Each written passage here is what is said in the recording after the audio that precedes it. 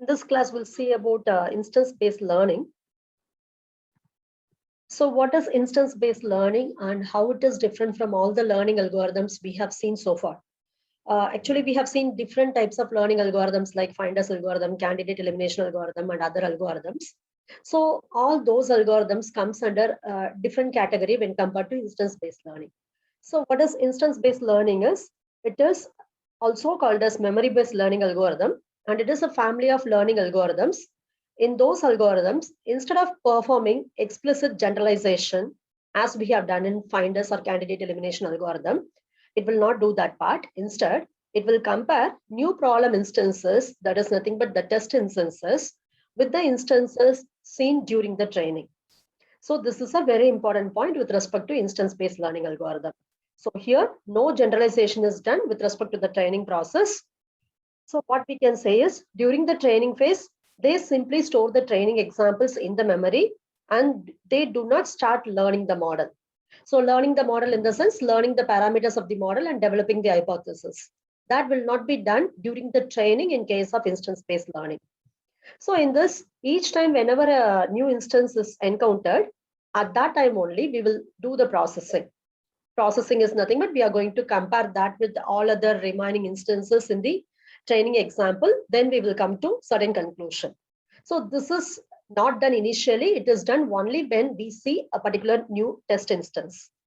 The similarity of the test instance to the previously stored training examples is encountered, is examined. And based upon this similarity only, we are going to assign a new target value for the new instance.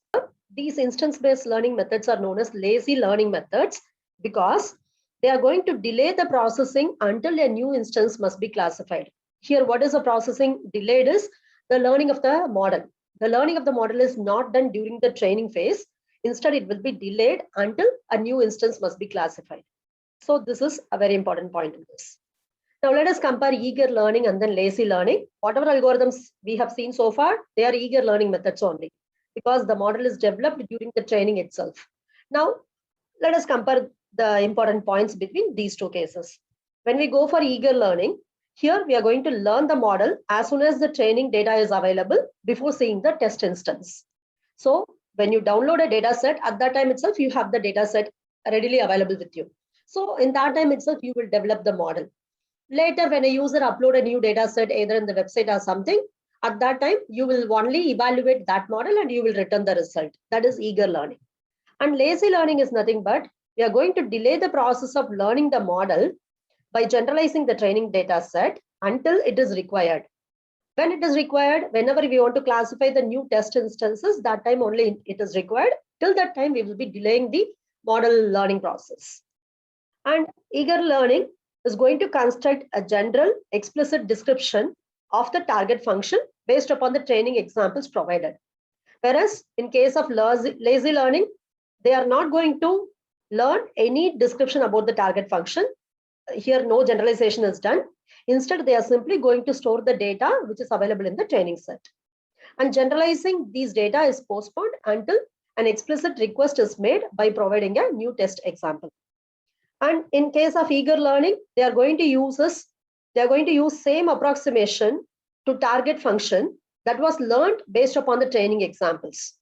Because here, before the input query is given, that is learned. Okay, so the same approximation will be done to the target function irrespective of the test example. Whereas here in lazy learning, we will say that we are going to construct a different approximation to the target function. For every new example we are encountering, we are doing a different approximation. So this is also a unique point in lazy learning. And this eager learning, since you first train the data, the training time will be more. And after you train the data, the model is developed. So you can give one test instance. It will learn the features of that. It will learn and it will classify that particular test instance. You will get the answer immediately. So we will say that it is going to take more time for training, but very less time will be taken during the testing. Whereas in case of lazy learning, you are not learning anything during the training. Therefore, we will say that in training, we are simply storing the data. So it takes less time for the training. And during testing only, it is going to learn the similarity between the new instance with respect to other instances. So because of that, it will be taking more time for the testing phase. So this is a comparison between eager learning and then lazy learning. Our KN and what we are going to see now comes under this lazy learning concept. Now let us see what are the advantages and disadvantages we have in instance-based learning. When we go for the advantages, here instead of estimating the target function once for the entire instance space, these functions will estimate the target function locally. Locally in the sense, for every new instance, it will be estimating it differently, not a common thing. Okay, so that is the first advantage. And the second advantage is they can adapt its model to previously unseen new data easily.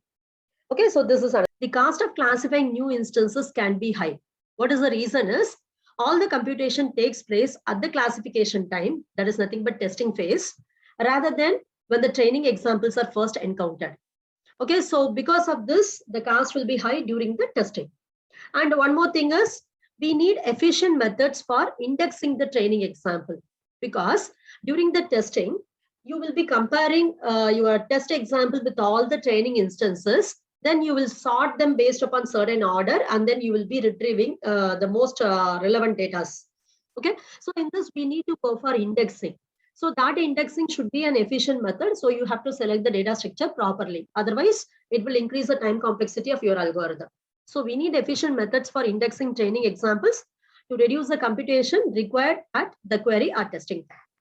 And the second disadvantage is when they develop the during the testing, they are going to consider all the attributes of your data set in order to retrieve similar training examples from the memory. So all the training examples you have stored in the memory. So if your data set contains 20 attributes, they will be using all the 20 attributes to retrieve the information from the memory.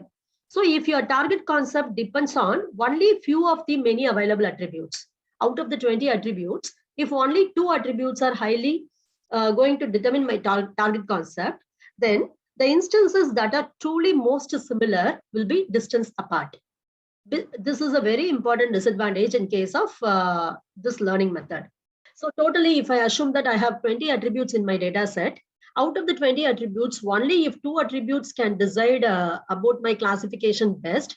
In this, if I consider all the 20 attributes, what is going to happen is I may not get the result perfectly. Okay, that is the another disadvantage with this instance-based learning.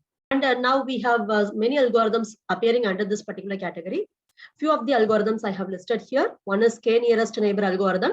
Then we have locally weighted learning algorithm. Then case-based learning algorithm. In